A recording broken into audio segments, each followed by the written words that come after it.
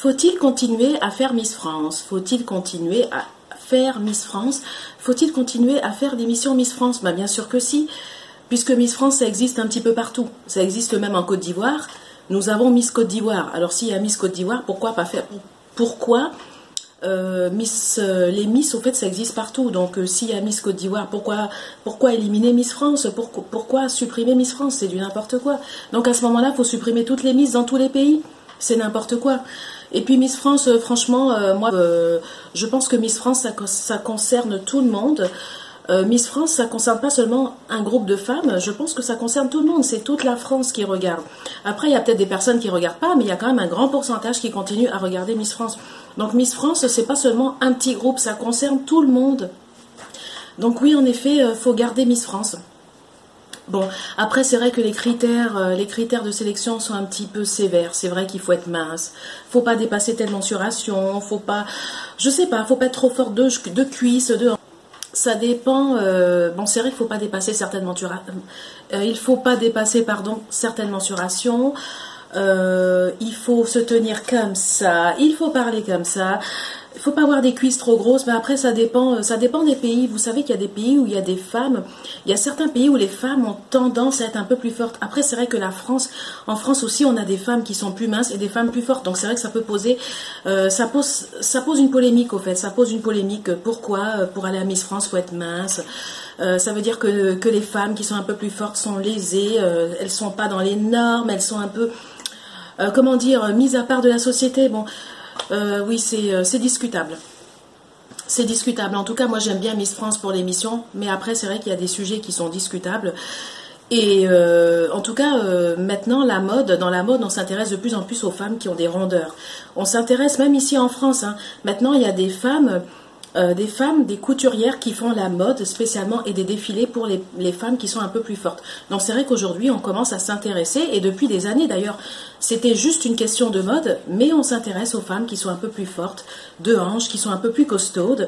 Et bien sûr qu'il n'y a pas que les filles minces comme ça qui comptent et que c'est toutes les femmes et que nous sommes toutes différentes et que nous faisons toutes partie de la société française.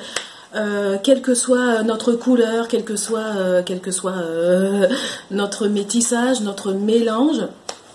Aujourd'hui, on a des Françaises de tous les coins de la planète qui sont des Françaises, qui vivent en France, qui ont de la famille en France, voilà, qui sont françaises. Et oui, en effet, Miss France, c'est pour tout type de femmes, que ce soit des blondes, des brunes, des claires, des bronzées, des plus foncées, des noires. Donc voilà, je veux dire, après, je veux dire que toutes les femmes sont belles, toutes les femmes ont leur beauté, toutes les femmes ont leur charme.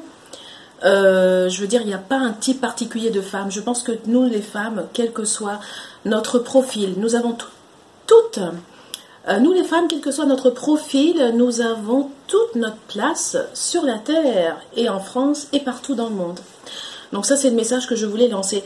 Mais en tout cas, continuons Miss France. J'espère que Miss France va se produire dans de bonnes conditions. Et d'ailleurs, vous savez que j'ai fait une petite vidéo. Je me suis amusée à faire une petite vidéo. Je suis allée passer un week-end chez mon oncle. Et dans le jardin de mon oncle, je me suis amusée à faire un petit truc, un petit sketch pour encourager les Miss France qui se présentent cette année. J'ai fait un petit sketch, j'ai fait un petit show. Et le show, c'est... J'ai plus de 37 ans et je me présente à Miss France avec seulement 1m67.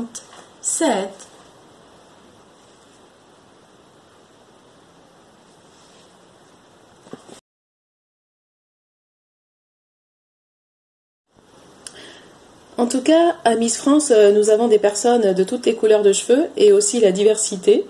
Donc à Miss France, on a des brunes, on a des blondes. On a des blondes, Amandine Petit par exemple. Sylvie Tellier qui est blonde, Élodie Gossuin également.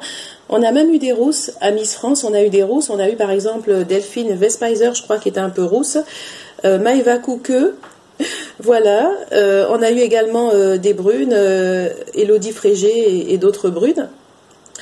Dans la diversité également, voilà, on a un peu tout, on a des filles bronzées et un peu plus foncées, des noirs, voilà, enfin, on a un peu de toutes les teintes. On a eu par exemple Corinne Coman